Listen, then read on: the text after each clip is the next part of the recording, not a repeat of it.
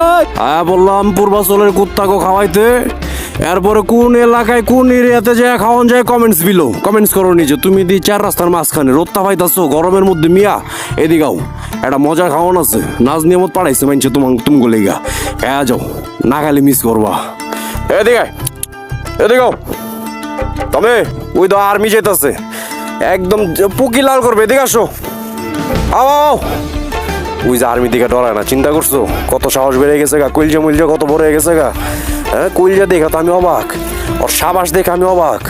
হ্যাঁ এদিকে ওই দি রেসপন্স করে না, ওই দি কোনো রেসপন্সই করে না, ওই এখন ভালো করে রেসপন্স করবে না, ভালো করে জানে। এই দেখ কত বড় নাচ নিয়ে বেড়েছে, এদিকে ওই দেই ডরায়।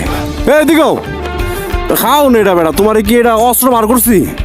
হ্যাঁ তোমার কি মারার অস্ত্র বার করছি? এটা এই চলো ওই যা খাও। হয় মনে করছে রাশিয়ান থেকে বিশাল বড় দামি অস্ত্র নিয়ে চললিগা।